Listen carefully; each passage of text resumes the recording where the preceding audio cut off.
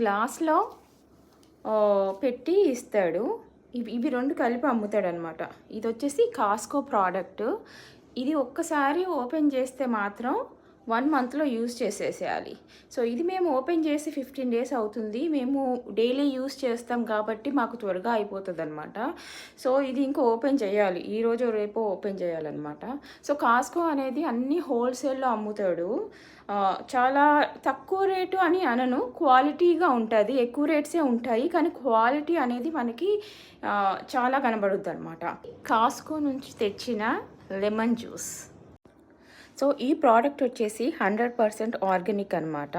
ఇది చూడండి, not from concentrate, అంటే ఇందులో ఏమీ అదర్ కెమికల్స్ కనపడవు. డైరెక్ట్ జ్యూస్ తీసిందే మనకి ఇస్తాడు, ఇందులో ఏమీ కలపడు అనమాట.